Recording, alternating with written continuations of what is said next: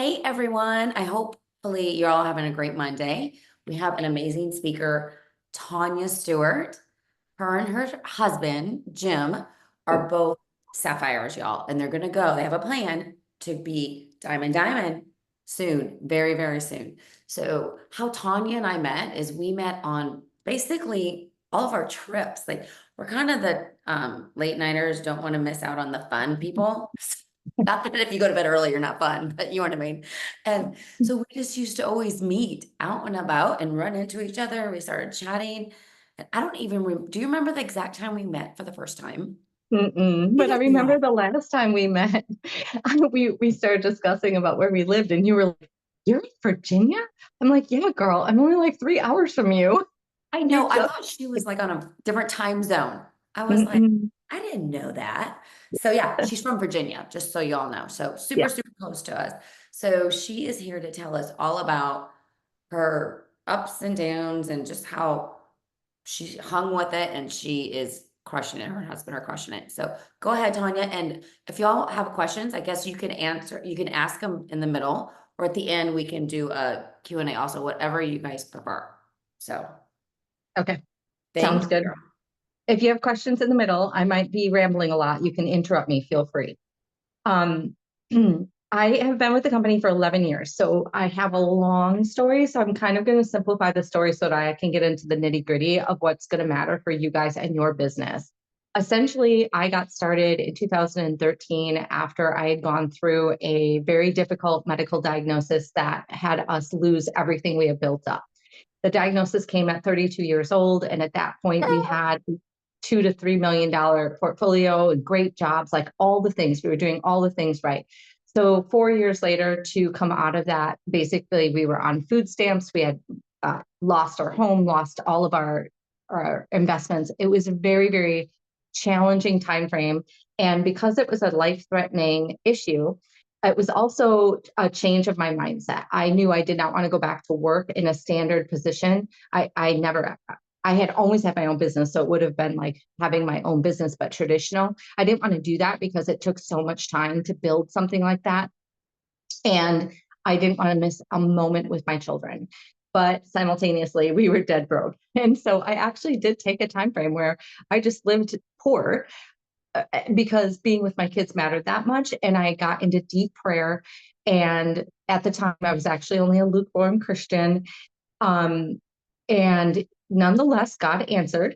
And I wrote down a prayer of everything that I wanted, which basically is the template for network marketing. I just didn't know that at the time. A week later, somebody approached me on network marketing.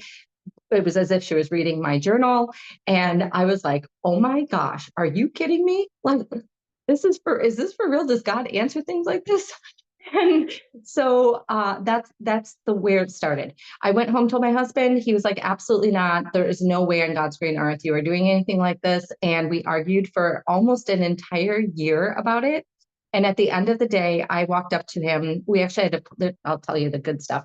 We were at 4th of July on our way home with the children in the car, and we were arguing so bad. I made him pull over to a parking lot. We got out of the parking lot, let the kids run. And by the time that argument was over, I walked up to him and I said, if you do not support me in doing this, I will leave you. Like that's how steadfast I believed in what, because it was just so specific. The prayer was specific. The way she responded in network marketing was like literally like she was reading the prayer. I'm like, I'm going to take this for what it is. So I spent about 3 years or about 2 more years from that point investigating products and this and the whole 9 yards. And just when I was about to give up and take a job, Plexus got landed in my lap. So I started for the business. There was a prayer behind it. So you can imagine my passion when I started was sky high. I had been looking for 2 years for the product. I was poor, and this just felt like, okay, this is it. This is it. So, oh my gosh, God put it in my lap. Let's go. Because I knew at that point, I thought that it was all the things, including impact, purpose, travel. Like I had that all in there. And so I wanted to make it grow as fast as possible because I wanted all those things, right? So I'm going to tell you right now that to this day, 11 years later, I think that is the secret sauce to this business. It is walking in all in, no skepticism, no self-doubt, no doubts whatsoever. It's just being all in and being like, wow, I just hit the jackpot, and understanding that at the highest level to the point where you're so excited, you can't not tell people. And that's where I was at when I found Plexus, and the outcome spoke for itself. I um, ended up a senior gold in 4 months, went to a leaders retreat. At the leaders retreat, I was talking to a bunch of people who had grown their incomes very, very high in a very short period of time, which ended up showing me like, oh, wait a second, this isn't something that's going to take me 5 or 10 years to do. I can actually do this. And the compensation plan is so powerful. I can reach a dual level in a matter of months, inside a year. And so I went home from that and really poured that vision into my team, and went from senior gold to ruby the very next month, senior ruby the month after that, and jewel 3 months after that. I like to emphasize in that month that I went senior gold and got that kind of aha moment at leaders retreat, because events do what? They create leaders, right? So it's so, so true. I've seen it time and again. I went from putting about 25 people a month on my team to over 100. And I had the same team to work with. This is a super important thing for people to understand. Same people that I'm talking into in the beginning of November that I was talking into at the beginning of October. But in October, we put 25 people on, and in November, we put over 100. Why? Because the passion I already brought to the business, I just jacked up a whole bunch by being at that event. And that vision casting is what set my team even more on fire. And we just kept going and going and going. So that was kind of the beginnings of my business. Pretty unusual. And it didn't stay glorious. It didn't stay glorious the whole way. I'll just share that much. There was a lot of falls that I ended up taking, that a number of them were outside my own control, but they were exactly what was meant to happen. And that's the most powerful part of this journey, is that wherever you are is where you're meant to be. And it becomes a partnership between what you're capable of doing with the gift set that you've been given by God, and your willingness to have faith in God that He is going to take you there.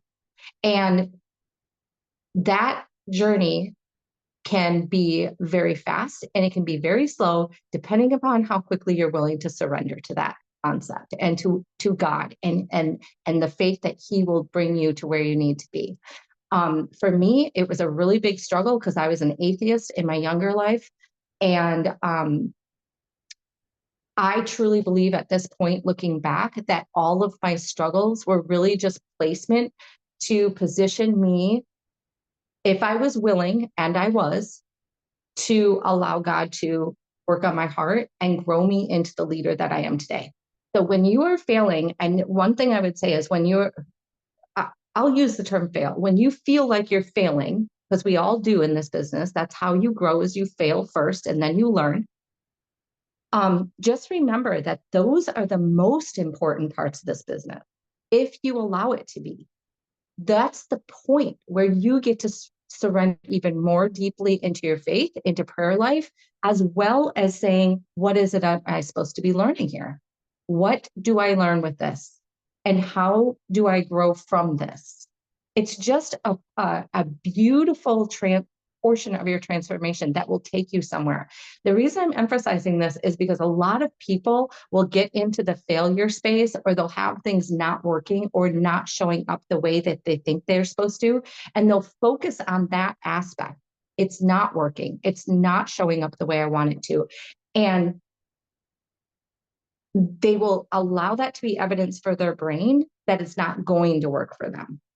And instead of looking at it that way, I would suggest to you to look at it as an opportunity. Your failure is an opportunity for you to grow your faith and grow yourself.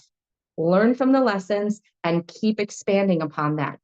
But the most important part is, do not quit. Do not quit. That is what kept me going. At the end of this, I will share a little bit of the tidbits of what I went through.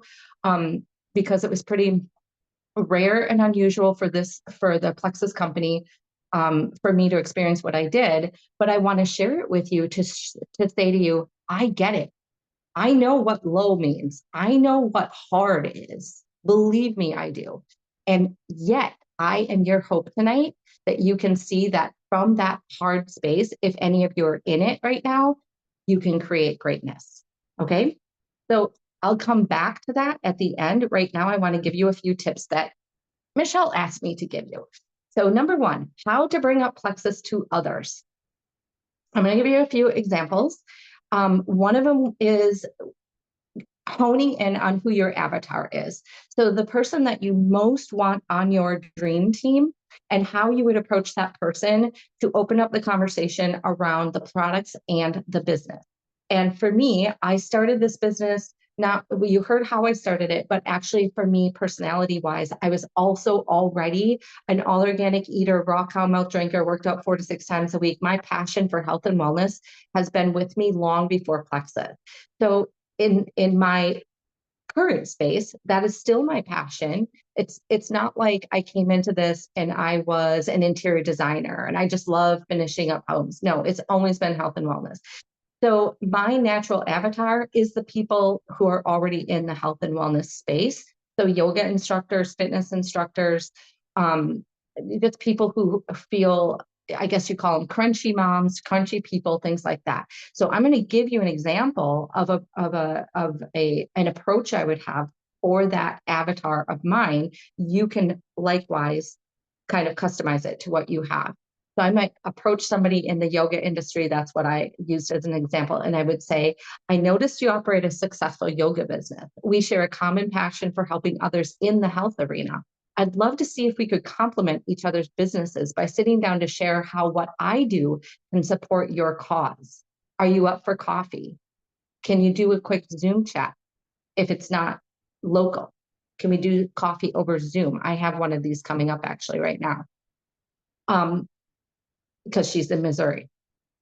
So that's how I would approach that, in with the idea that I'm focusing on the opportunity as much as I am the business. Okay. I'm sorry, as much as I am the products. Number two, someone is struggling in a post. So you see someone on your Facebook or your IG account and they're struggling with a health issue. I saw your struggle with migraine headaches, and I have a friend who was in the same situation. She's been able to have full relief from this issue by fixing her gut. It might be worth looking at. I can drop her story if you'd like to take a look. Okay, opens up conversation. If there's no response or a lack of response, I highly recommend you follow that up with a question. Okay, questions are everything in this business, and I'm going to talk a little bit about that later.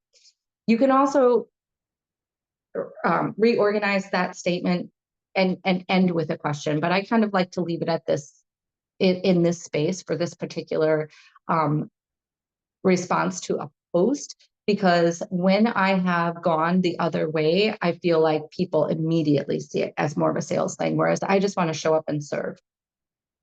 Okay, number three. My number three on how to bring up plexus to others is not so much a script as it is a how to. Like, what are the things that matter most? Number one is being bold. Number two, to the point. And number three, passionate. This is what works for me anyway. And it's what I speak to my team. Boldness and passion are fire in this business, just fire. They allow you to speak from your heart, which is authenticity, and it's giving you the opportunity to be you and to hold your thoughts around serving and loving others versus getting all up in your head and thinking about yourself. Okay. Because you know how it is when you're bold and passionate about something, you're excited. You're not in your head going, oh my gosh, how should I say this? Or maybe should I say it? Or I don't know how to approach her, or what are they going to think? Or is there going to be judgment and all the things? No, you're just thinking, oh my gosh, I have to tell people because this is amazing. Okay. Don't be weird about how you approach people. Don't be weird. When you get up in your head, that is when all that weirdness comes out. Okay. How to avoid that? How to avoid being weird? Be you. And when I try to describe being you, I like to say things like, what would you naturally say if you were talking to a best friend or your mom or your dad or somebody close to you, right? What would you naturally say? None of us get with our mom and are like, okay, now hold on a second. Let me think about how I'm going to say this. Well, most of us don't anyway, right? We just blurt it out. We say what we know we feel. And that's what you got to be thinking about when you're approaching people. Um, what would your heart like to say? It knows how incredible these products are for people, how much of a saving grace. And I bet you want to shout that to people. So do it in your own way. If this is a struggle, it's because you're focused on yourself and not the other person. Okay. And that's what getting up in your head is all about. I've also shared when I'm doing trainings with people to how to go live on like stories and so forth. That tends to be a really big fear for people in the beginning. And I always say, when I turn my camera on, I pretend that my camera is my best friend. So I'm not looking at my camera and going, oh my gosh, how many people are looking at me? How many people are watching this, et cetera, et cetera. I'm thinking, I'm talking to my mom, my best friend, whatever it is. And so I just ramble into that phone the way I'm rambling to you guys tonight, right? I don't second guess anything because I'm not thinking about who is going to receive this or how they might respond to it. I'm just thinking, this is what's on my heart that I would share with my best friend, and I'm going to go on live and share it. That's kind of the approach you need to have with people. So the opposite of being up in your head is my final point. It's leading with love. This means you are first and foremost creating relationships. This business of messaging and reaching out to people and connecting is not about just puking plexus. I'm pretty sure all of you on here probably know that already. But it means generally connecting to them through their posts and shares, identifying areas that you have in common when you're looking through your stories, when you're looking through your news feeds, and reaching out based on those commonalities and striking up authentic conversation that you would normally want to know out of curiosity, because relationship building is curiosity. It's, who is this other person? What questions can I ask them? How can I discover more about that person? And honestly, you guys, that's all of your conversations. Even if you end up in a purely plexus conversation, it really should just still be about, I need to discover who this person is. I need to discover what their needs are. And the way to do that is to ask lots of questions, be a very active listener, and then ask more questions. So when I say active listening, it's when you ask a question, you're actively listening for key words so you can have the most comprehensive understanding of who this person is, what goes on in their life, what they're feeling and experiencing with their health and wellness issues. And then you can follow up with any additional questions that help expand upon that vision so that you can then follow up with, hey, this is a solution that's probably going to help that situation. And here's why. But it all begins by being by leading with love and asking them those questions. It's when we are up in our own minds and we're thinking to ourselves, I've got this written down, so I'm just going to go with it. I'm afraid they'll say no. I need this to work. What's in it for me? Which I think that last one, very few people actually think, but you get what I'm saying. You're kind of in your own head. Who's going to judge me? What will they think if I say this? That's all you thinking about you, which is the opposite of leading with love. And when we lead with those fearful thoughts or self-doubt or insecurities, that is a really low energy level, oftentimes spawned by desperation of the desire to get a win. You want to win. You want to have XYZ goal accomplished. And so that desperation kind of fuels this low level energy, and it lacks caring for the other person. The other person is going to feel talked at instead of cared for. So showing up for people means the focus is, how can you help? If you show up with that in mind, you will automatically ask those questions and they'll fuel the energy of actually caring about them. And it results in learning what their needs are so you can be prepared to offer the solution. Okay. The more people feel heard, the more they will build trust with you. Last part, get them to enroll, ask questions. We already went over that. Next is building belief. So this is a specific question. If you're trying to get somebody to enroll, what are the tasks that you should be thinking about? All the questions that I just mentioned. Then it is building belief with the person, right? So once you're diving into that headstrong Plexus conversation, before you can be tackling which combo, it is how do you build belief? So testimonials and education on the products. Those are the two areas that you have to do. And in between all of that, of course, is questions, right? So if you're building belief, I usually start with the triplex test video, or if there's another video that's more applicable, right?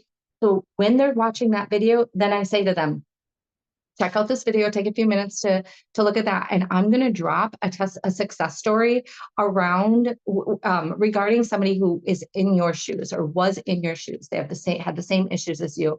So when you get done with the video, take a look at the testimonial and then let me know when you're all caught up. That's what I say to them. Let me know when you're all caught up. From there, there's more questions, right? What stood out to you? Did you see yourself in this person's story? Isn't this amazing? Yeah, you know what, y'all, honestly, I only probably ask those questions maybe 50% of the time, because so often by the time people get to that point, they're like, oh my gosh, this is insane.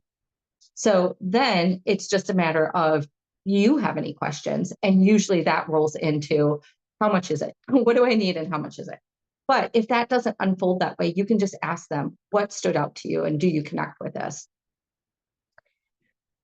Share the business. Sharing the business, it's the same as sharing the products. Everything that we just talked about, that's how you share the business. Be authentic, ask good questions, be an active listener. And if you struggle with sharing the business, here's my recommendation. You have to build your own belief. This can be done through Diamond Docs, your own vision board, a personal contract, and personal development, especially around money and worthiness. You will only be able to rise to the level of success that you feel you are worthy of. You will always be limited by that level of self-worth. So grow your self-worth. Heal what needs to be healed. Pray through it, get a counselor, whatever, read the books, whatever has to happen. I personally took a lot of coaching. I don't want to make anyone pee their pants or anything, but I ended up in 11 years time. So not like overnight. And I waited till I had the income to do it. But all told, I ended up spending almost $30,000 on coaching for myself. Now I come from a very, very dark and broken background. So there was a lot of things that had to heal, but it was worth the investment, 100% worth the investment. Through that healing, by the way, both the spiritual journey and the coaching is when I started to come out of the things that went wrong with me. I'm starting to get down to I don't want to keep you guys on longer than you need to. I'm starting to get down to my final minutes, so I'm going to wrap this up quickly. Before I do, I mentioned a personal contract. I just want to give you a little bit of insight, like for my personal contract, so you know what I'm talking about. I feel contentment and peace with my life. I'm energized and excited to experience every new day, doing things I love and serving others when opportunities arise. I walk with happiness in my heart, a smile on my face, arms extended and hands open, fully immersed in free-flowing abundance and love. My greatest priority is to create organization in my processes and schedule that allow for constant increased financial abundance while meeting my needs of personal self-care and maintaining time freedom. I make $70,000 a month, with many thousands being added regularly, and there's a few more sentences. This is, what do you want for your life? How do you want to show up every day? How do you want to see your business roll out?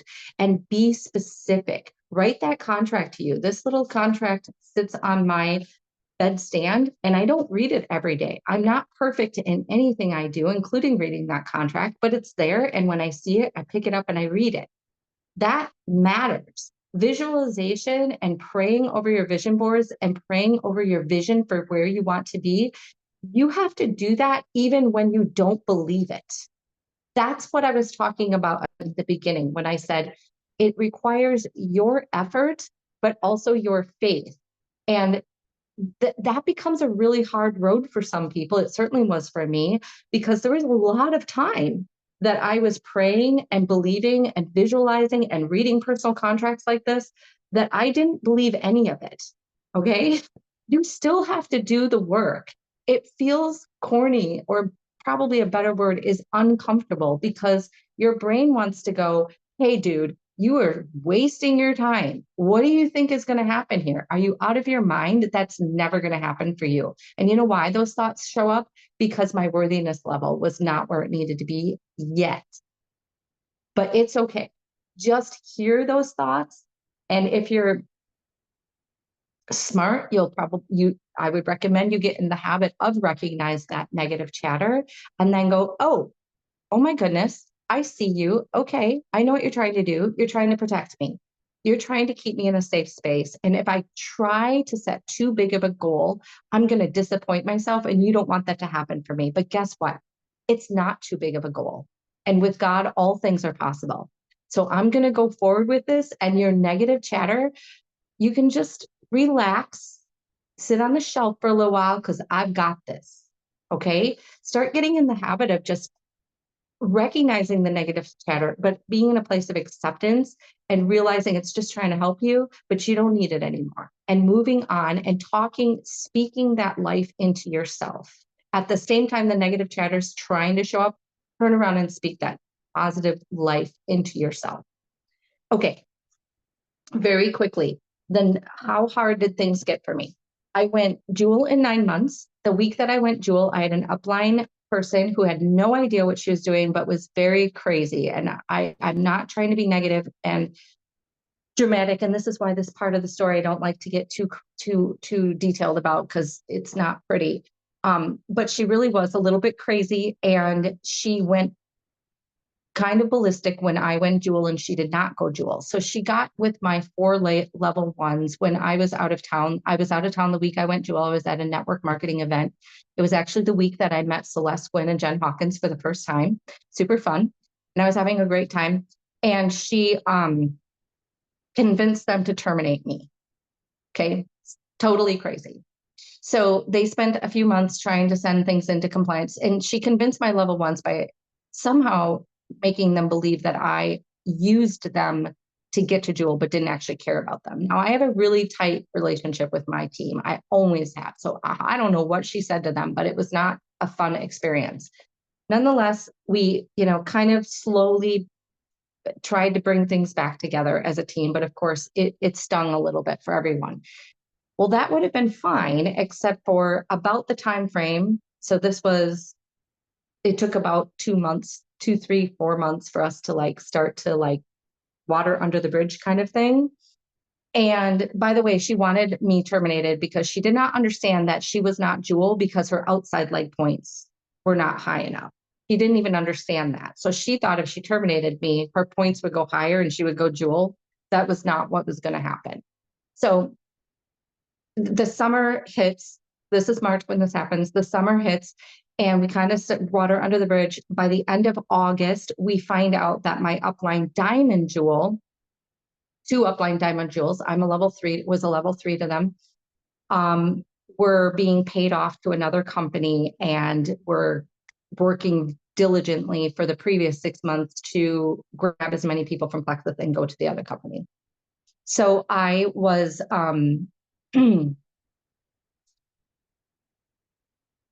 had moved away from my hometown where I built my team, and all of my team was in that town. It was La Crosse, Wisconsin. Everyone was there. I had only moved away in June, and this was now August. So I'd only been gone for a couple of months.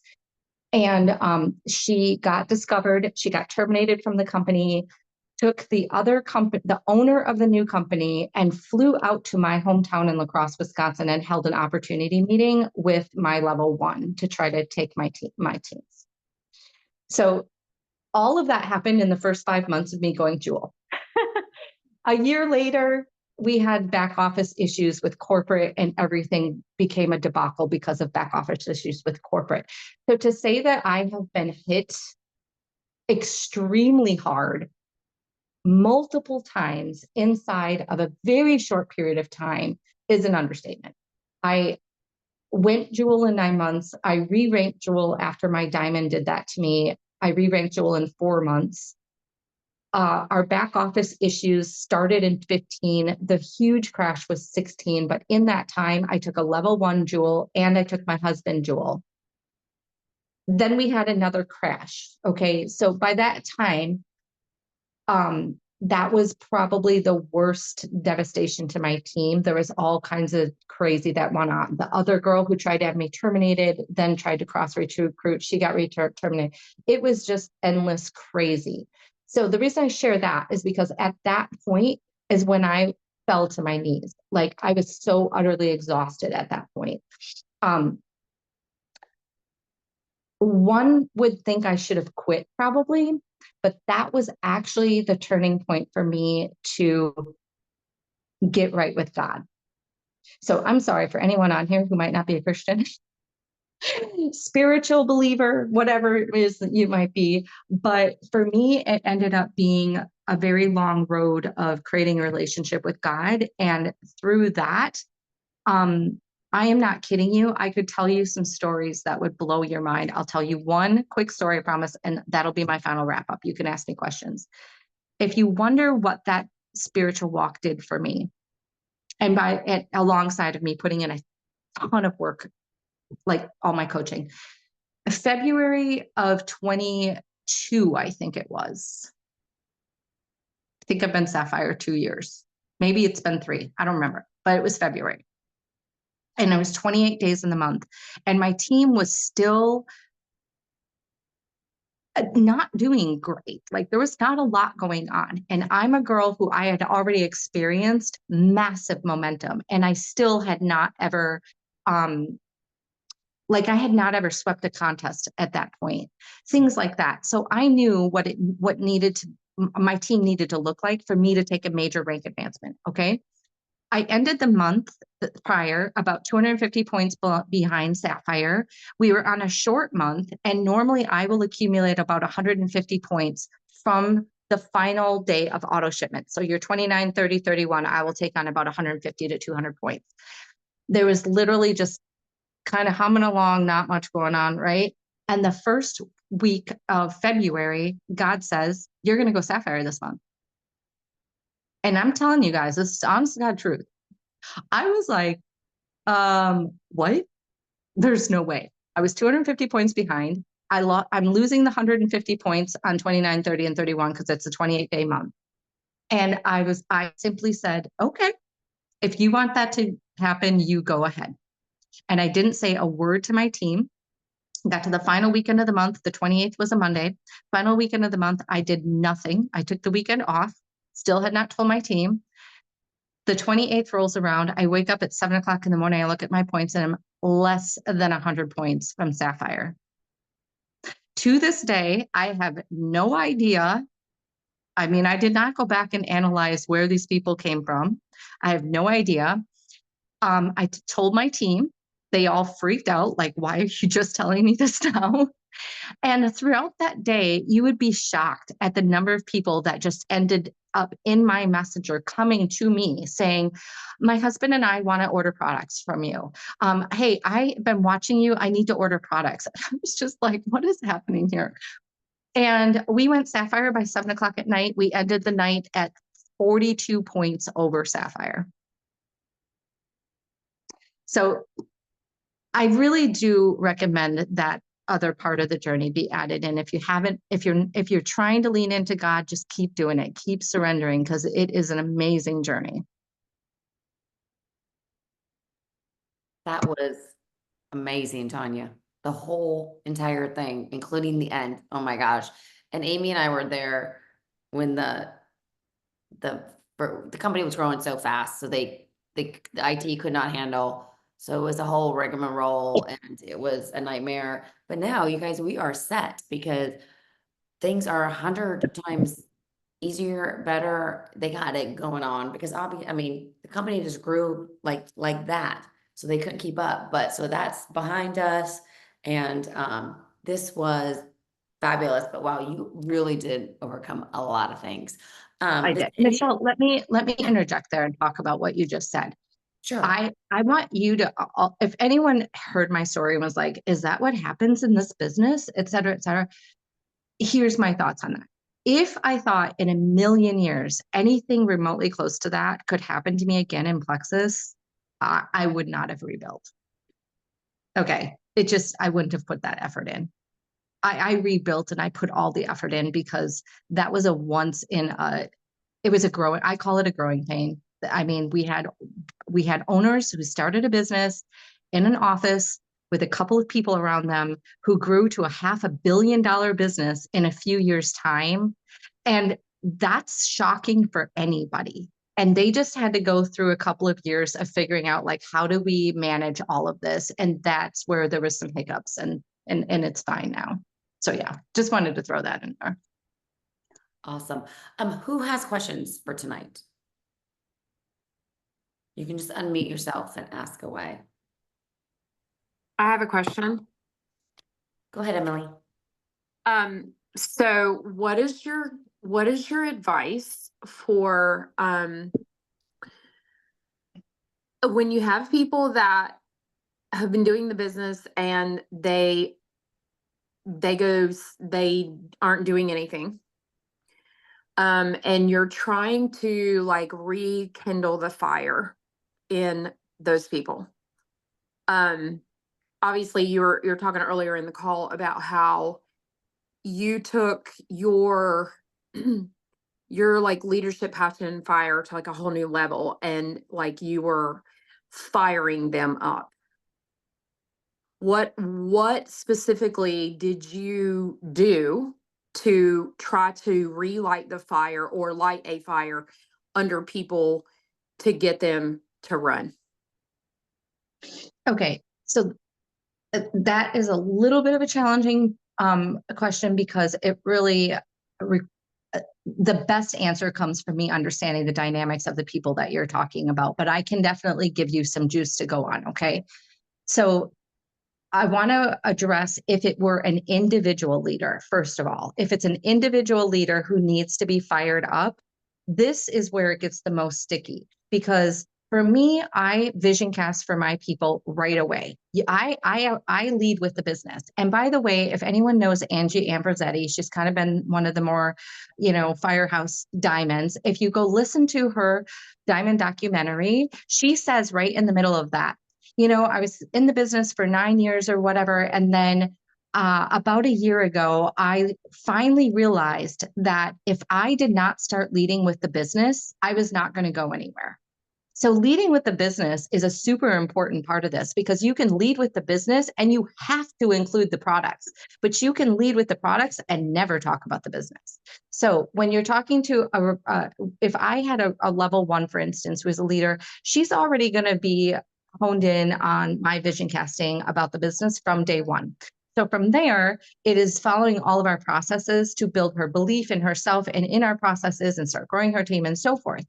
Over the long haul, we will generally, run into, some roadblocks that she might have, mental roadblocks, right? That's where you can only take them so far. I have a girl on my team like this right now, actually. I coached her on and off for about 2 years because you have to have boundaries around your own business. So you have to be doing your own IPA and so forth. You cannot spend all day long pouring into somebody because you believe in them more than they believe in themselves. You can bring them to the resources, you can pour into them on occasion, but then you have to recognize I've given her everything I can give her, and now it's up to her. So this particular leader, for instance, that moment happened in June, and I basically walked away. She's a senior gold, and I checked in on her a couple times over the summer, just said hi, whatever. And lo and behold, she put her nose to the grindstone with self-development. And we just had lunch on Saturday, and it is unbelievable where she is at today. I am so excited for her, but she had to be the one to put that work in. So I'm not sure where you're going with that question. So I want to address that part. If it's the team as a whole, I love this part. Love it. And I have an immediate example for you around that. So if it's a team as a whole, it's you checking your leadership lid. Where is it? Where's your leadership lid? If it's on, I'm barely showing up and I'm doing the absolute minimum for my own business, let alone for my team, then you can expect your team to get real quiet. If your leadership live is high and you're on that team page and you're pouring into your team and you're doing team calls and you're setting contests and challenges, and you're showing passion, if you're not getting response from your team, you might have to go sign more people. That's what I would say to that. So I do want to use an immediate example though. So my team has been in pretty good momentum over the last year. This last year is when I took my husband. I re-ranked him to Emerald in November. I took him to Sapphire in March. Pretty good momentum. Summertime hit. And even though I thought I had said everything I needed to say to my leaders, they went complete crickets. I turned around and poured into my own team. I signed 7 people in July, started running with my own leadership, with my own, new sign-ons, right? And developing other business leaders, which I now have. August hit and I had a wedding. So tiny backstory, I had 7 surgeries over the time frame that I was growing my husband to Emerald and Sapphire. So I was already exhausted, planned my son's wedding, had my son's wedding at my home and crashed. And I have advanced adrenal fatigue. If you had seen me a week ago, I could not even do this call. Michelle, little do you know, I could not even do this call. I finally went to a doctor on Thursday and that's what kicked it. I've gone to a holistic doctor now and oh, praise Jesus, I am doing better. But 2 weeks ago today, I did a 1-hour coaching call at 11 to 12 and had to go lay on the couch for 4 hours. It was so bad. So needless to say, my team was not getting me, right? For over 2 months now, they were not getting the production out of me that I normally have, the energy, the passion, and it got real quiet, right? The ability for me to start feeling renewed energy wise, combined with the Jewel call, which was crazy. I was like, here we go, let's go. Right. I got with my leader on Saturday. We planned a massive outpouring for November, lined up all these contests. It starts this week. I did a social media contest this week. I had the call last night. I had more people on call than I've ever had on a leader call because I fueled that. Okay. I fueled it by talking about what's coming in November. In terms of it being big, I had the girl that I was working with to create the contests go and do a live on the leader page, and she doesn't normally do lives. So I was feeling the call, got the most people on the call. I woke up this morning and my leader chat was nothing but fire. And it's been like that all day. People were creating reels that have never created reels before, and there's just all this activity. So what do I want you to take away from that? I have had multiple times in my journey where either I couldn't show up because I was sick like that, or I was just burned out. And there was months, and sometimes it felt like, and it probably was over a year, maybe 2 years of not me not showing up entirely, but not showing up wholly, if that makes sense. And my team was not where I wanted it to be. And what I want you to see is like, you can go long stretches where either you have to work on yourself and you're just barely teetering along. And when you finally figure yourself out, or you get to that place where you've learned and grown, you can put the pedal to the metal and the people will sign and the people will go. So that's where people get stuck with this business. They give up before that moment because they're not seeing the outcome in what they think should be fast enough. But if they would just have stuck it out, they would have seen the production. So it's just sticking it out, always growing, always learning, always improving, and giving that patience to yourself. But also don't pour into people who already have everything they need. If you've given it to them, then it's them to pick up the reins. And if they're not going to pick up the reins, you have to allow them to let go. Because simultaneously to this senior gold, her power partner, the 2 of them shut down this summer. Her power partner did not pick up the books, did not do the work. She went from 500 and something to 189 in points this last month. And she did not post one single Plexus post in the month of October. And guess what? I am so glad I did not spend tons of time all summer long trying to get her to go, because the outcome would not have been any different. Yeah. And that's the struggle, Tanya, is when um your my passion is so big, and you have to step back and say, okay, not everybody's passion is my passion.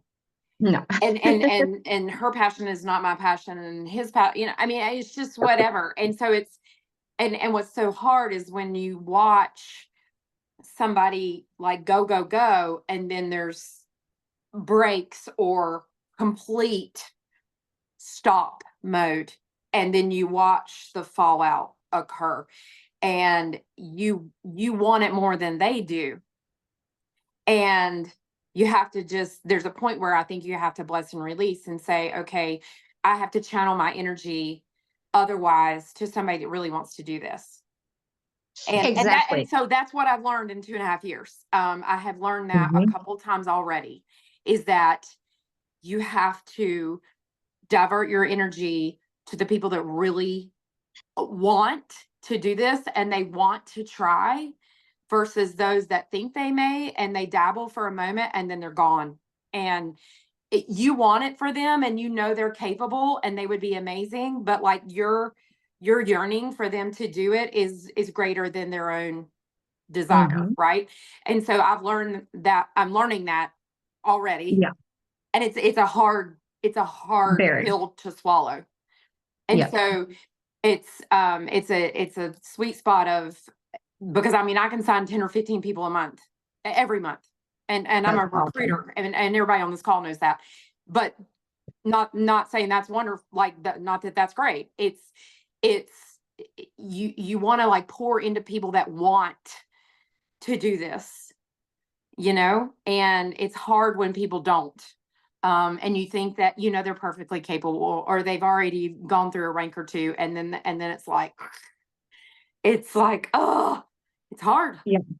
If you're seeing that over and over and over and over, that you have team members that get stuck at gold or senior gold, and you are maybe not so much. Yeah, I would say for sure at gold. Like if you have a lot of people getting stuck at gold over and over and over, and you can never seem to eclipse that, um, then I would tell you to really think about, okay, what am I doing when people hit gold that they're not moving beyond that? And the answer to that usually lies in some level of coaching that needs to shift. Coaching your people is, again, question, question, question. And you can actually get your hands on books. There's a really good one that started me on this path of questions called Good Leaders Ask Great Questions by John Maxwell. Love that book. And when you start to ask people questions is when you start to dig and pull back those layers of onions, find out what it is that is keeping them from moving forward. And if you're doing this, that's great. Then I just want to make sure I'm covering all the bases here for you. But once you uncover those layers, then it's again up leveling to identify it, either you personally helping them to overcome it, or a combination of you doing that work, as well as, hey, here's your homework. You're going to have to start practicing this because this is going to come up against you. And then the third thing is encourage. But then if you've given them all that, then it is that balance. You said the sweet spot. I call it balance. When you're doing this business, it is pouring into people, but never losing sight of the recruitment side. Sounds like you've got a hold on that one. Here, I will say this. Here's one thing I also see. If you're a good recruiter, the coaching is harder. If you're a good coach, the recruitment is harder. I am a really good coach. The recruitment is, I'm terrible. I shouldn't say this about myself, but if I compare myself to somebody like you, I'd be like terrible. Okay. But it's fine. I'm working on it. But that is what prevents you also from feeling so much backtracking with your business if you have the balance between the two of them. Because like what I did this summer, I'm finally getting this down pat. I identified that these two girls were there was starting to be a question mark, like, are they going to move? Are they going to get beyond these roadblocks? Because if they don't, I need to have other leaders, that kind of thing. And so as soon as I saw that happening, I shifted more of my time towards recruitment and digging into my team to see who might be there that I need to work on. And today I have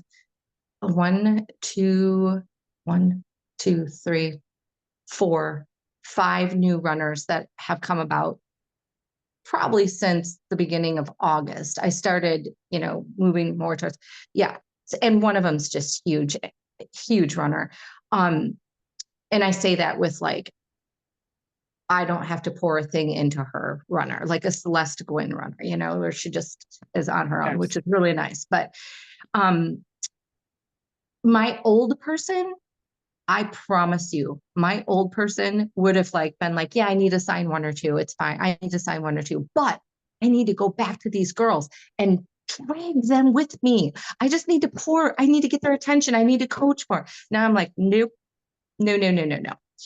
Because what would have happened is she went from 189 to 5, or from 500 to 189 over that same period of time. And what would have happened to me is, I would have lost all those points and I would have had nothing going on.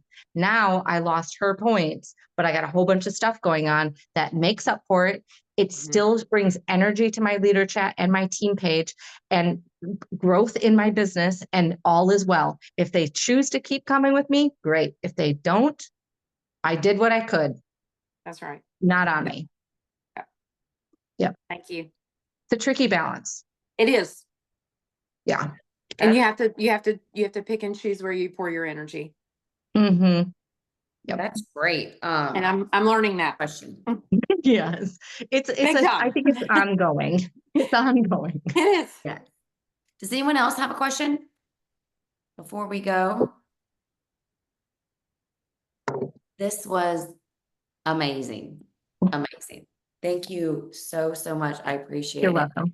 You're welcome. You had so much going on, and I kind of cornered her late one night where were we? Hawaii. Like, hey, can we do a team call? You're right. You're right. I remember that. We were at But I gave the bar by the options. pool.